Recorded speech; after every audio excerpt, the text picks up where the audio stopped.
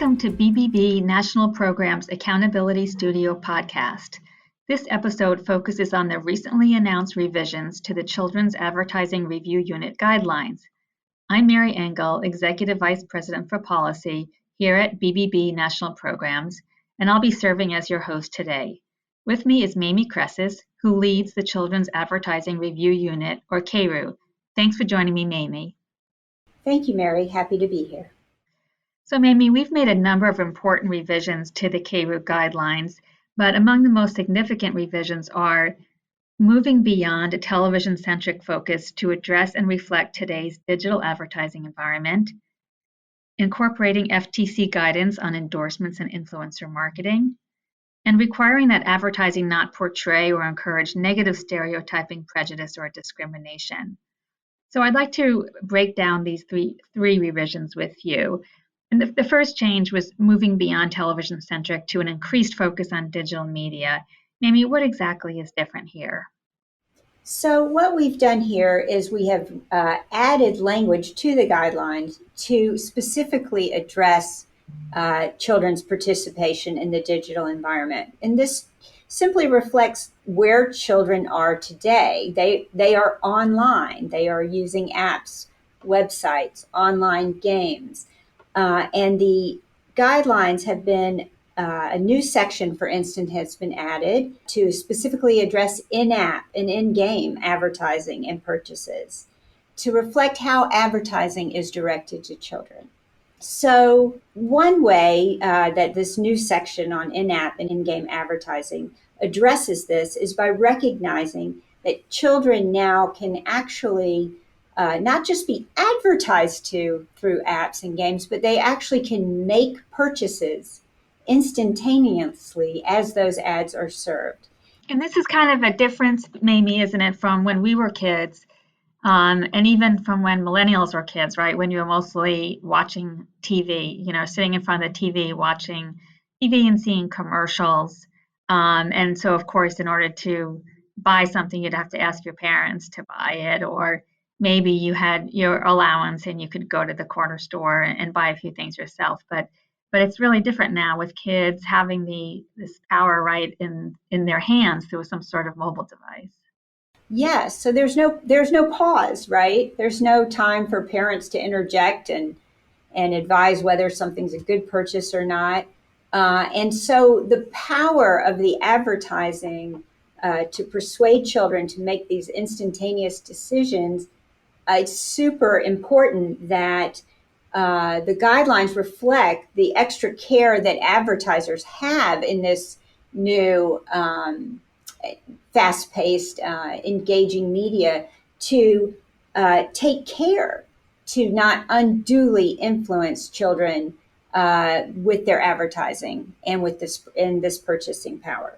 So this new section on in-app and in-game advertising and purchasing basically lays out that you can't, that ads must not, be unfair, deceptive, or manipulative.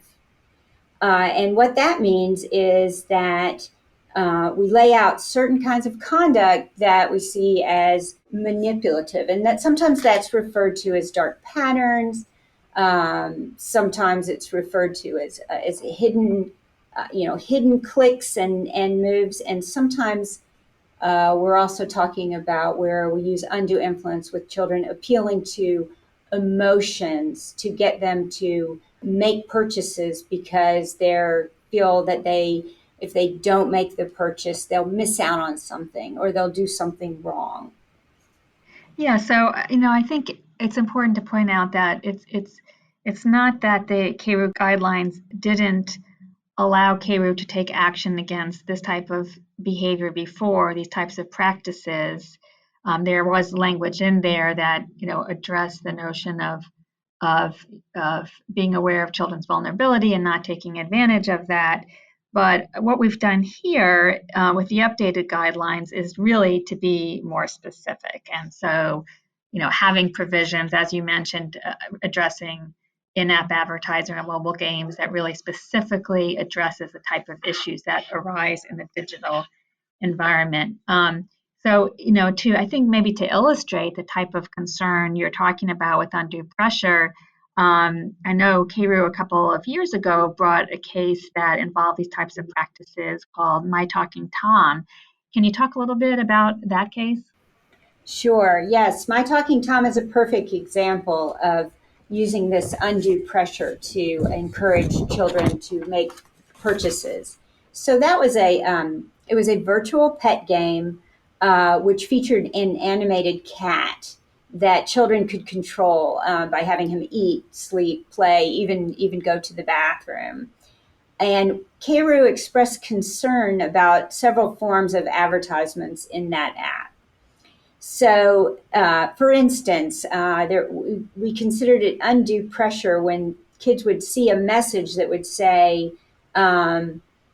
your cat is going to be taken away by the SPCA for an animal neglect. You need to pay a fine to keep your cat from being taken away by the authorities. And then, in fact, kids would, in the game, click on the pay a fine feature, and in fact, that was an actual charge in real money. So you had two things going on there, right? You were using this, you were playing on children's emotions to get them to make these purchases. And two, you weren't making it, the app wasn't making it clear that, in fact, this wasn't just a gameplay, this was an actual charge. Yeah, so I think that example of telling the kid their cat is going to be taken away by the SPCA is a really good example of kind of unfair and manipulative techniques that are pretty obviously putting a lot of pressure on a child, and then and frankly, even without the extra fact that it was real money that you needed to pay to get to prevent your cat from going to the SPCA. I think that's the type of practice that we have these new provisions in the guidelines to specifically address. So with these new provisions, what does this change mean for advertisers? So, what the change means is we are signaling to advertisers that when you're designing your apps and games, you need to do it through the eyes of a child.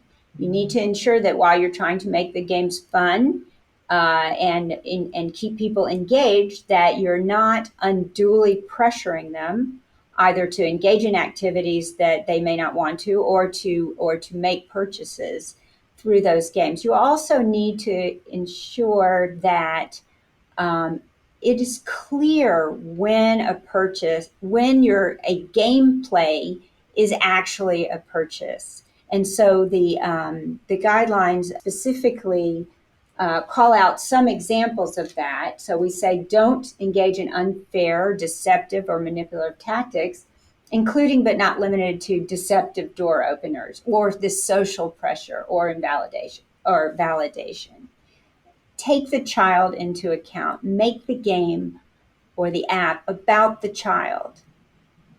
Yeah, so I think, that notion of taking extra care and remembering that the audience is a child and has, limited cognitive abilities, limited emotional maturity, and also kind of leads right into the next topic, which is children's, the fact that we updated the guides to incorporate FTC guidance on influencer marketing, because one of the major issues there is whether a influencer marketing or that type of marketing is clearly identifiable as advertising. And of course, it can be challenging to identify what's advertising versus what's content in any case, but especially in the digital environment. So one of the things that the major changes, as I mentioned, that we did was to really look at the FTC's updated guidance on influencer marketing, social media 101, and the FAQs they've issued on the endorsement guides.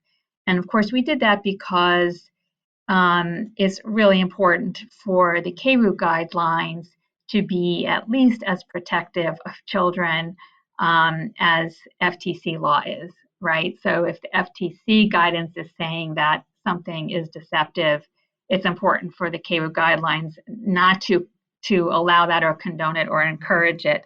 So, Mamie, can you talk about a couple of ways that we updated the CARU guidelines with respect to influencer marketing? Yes. So what we have done is we have a separate section on endorsers and influencers that, as you say, clearly lays out the basic uh, FTC positions on this. And that is if uh, if a child, because what we're talking about here is children, if a child can't know from an influencer's presentation, if it's not obvious that the influencer is being paid to make this ad, being paid to play with this toy or eat at this restaurant or visit this theme park, then you need to clearly and conspicuously disclose that.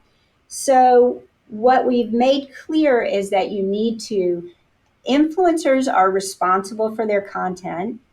Brands are responsible for their influencers' content. So that relationship goes both ways. We've made that clear that a brand needs to take steps to ensure that its influencers are clearly stating that they have this relationship.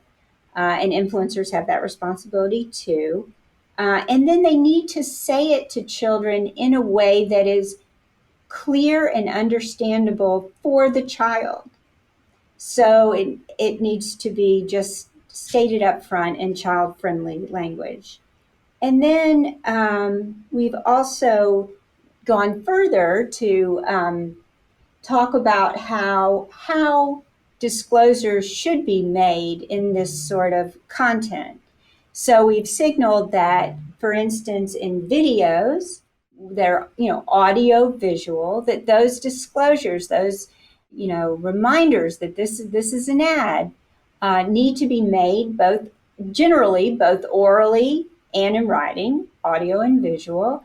And we've also gone further to say, because we recognize that a lot of the content that children are, ads that children are watching can be long in nature. They can last for several minutes. And so we've said, where an influencer piece lasts for several minutes, you also need to make those disclosures a few repetitively within the content so that children are more likely to hear it and understand it, see it, hear it, and understand it.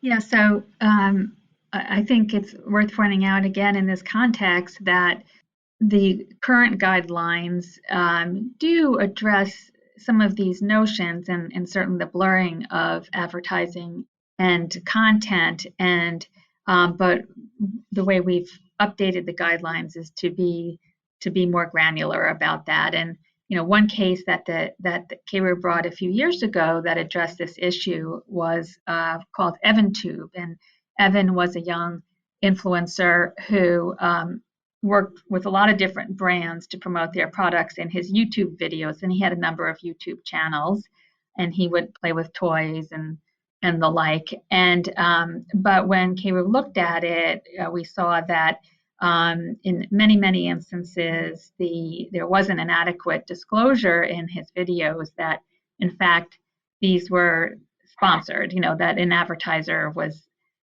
giving him or paying him to present their toys and play with their toys. It wasn't just his doing it organically. Sometimes there was a disclosure, just an audio, or sometimes just text. But what CARU said is no, you have to think about the child audience, that some kids can't read, or even if they can read, they're not necessarily attending to what's printed on the screen. There's lots of other exciting things going on. And so it needs to be in the audio that they can hear that this is an advertisement. And so I think what we've done now with the updated guidelines is to specifically address this and say, specifically under the guidelines that you need to have both audio and video disclosures of this information, just to make sure that kids will really get that information. So I think turning to the next major area of change in the guidelines is diversity, equity, and inclusion issues. This is clearly an area that the country as a whole has been focused on for over a year now. You know, really precipitated by the murder of George Floyd, and then sort of more of a wholesale taking a look at equity issues, social equity issues. And so at the same time as all that's happening, you know, we at CARU are looking at revising the guidelines and really thinking about whether the guidelines adequately address DEI issues. And it's not that the guidelines didn't previously address this topic, is it, Mamie, but really what we've done to make this a bit more actionable. Can you just describe the changes that we've made now? So yes, as Mary pointed out, as you pointed out, Mary, it is true that the guidelines, the existing guidelines, speak to the need for advertising to support, the healthy development of all children, and thereby be inclusive of all children. What we've done now, though, is to say we need more than aspiration. We need action. And what that action is that we have taken the language about, it being a best practice to speak to all children of multiple cultures and races and religions and other characteristics, but to also make it enforceable. So there's been language added to the guidelines. We have an actual guideline provision that says that it would violate the guidelines to portray negative stereotypes or encourage negative social stereotyping or prejudice or discrimination. So what that does is, with this enforceable standard, we expect advertisers to go at their advertising from the start, looking at it to make sure that that they're not encouraging implicitly or explicitly negative stereotyping or prejudice or other discrimination. And in fact, we see this as a way to encourage just the opposite, that you build your ads with an eye towards supporting encouraging children, promoting diverse values, creating a more perfect world, in a sense, by being inclusive, thinking inclusively as you develop your ads. So, yeah, and I think, it's interesting because most other self-regulatory organizations around the world already have this type of provision in their advertising code. So it definitely was time for the United States, I think, to catch up with where other countries have been on diversity, equity, and inclusion issues, and move this from something that was aspirational to something that is enforceable. So, as you said, Mamie, now we have a specific provision that says you should not include harmful negative stereotypes and the like in your advertising. So beyond these three areas of specific changes, I really, in thinking about overall how we were motivated in updating the guidelines, there were really a couple of main ideas that provided the impetus for many of the changes.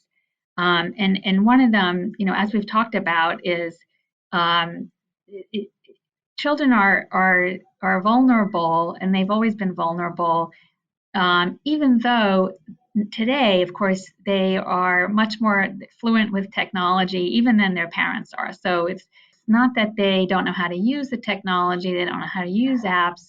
And in fact, they're great at that, but that doesn't mean that they have better cognitive defenses against advertising or can distinguish advertising from content any better than we could when we were kids. Isn't that right, Mamie? Absolutely. I mean, just because kids are digital natives, as you say, it doesn't mean that they have that experience to recognize advertising. And moreover, I think what we have learned in the past few years is all consumers are having trouble with distinguishing When is something an ad being portrayed as content, and when is it not an ad? These are, these issues of influencers and native advertising are just compounded when we're talking about young developing minds. And so we should not assume that just because children know where to click and which buttons to push, that they have that sophistication to be able to judge advertising, that this is in fact advertising, that they are in fact want me to buy something. And so we need to, what these guidelines are saying is that advertisers need to put themselves in the shoes of children, and ensure that they are, responsibly advertising to children given their limited knowledge and experience and maturity. Yeah, so I think this kind of reminds me of the saying from Spider-Man, with great power comes great responsibility. And so advertisers need to recognize that they do have great responsibility as they are marketing to this young audience, and really be sensitive to their vulnerabilities, and not take advantage of them. Yes, I would agree. And I think the guidelines do a good job of that. The paramount principle underlying the CARU children's advertising guidelines is that advertisers should recognize that they have special responsibilities to children. Children have limited knowledge, experience, sophistication, and maturity. And the guidelines say that advertisers should recognize that younger children have a limited capacity to evaluate the credibility of information.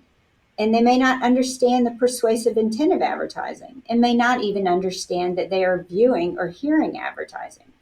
So the guidelines say that advertisers need to take their responsibility to children seriously, and not only avoid being misleading, but make their campaigns informed by this understanding of children's limitations, and be mindful of those limitations and respectful of them. Exactly. And so I think that it kind of boils down to having advertisers really keep in mind and the spirit of the guidelines, and not just the literal words. We've tried to revise the guidelines so the literal words encompass all of these issues more specifically and better to reflect today's digital environment. But as always, the best way for advertisers to have their advertising comport with the guidelines is really to think about the underlying spirit of protecting children. So that wraps up today's podcast. Thank you for joining us. Thank you.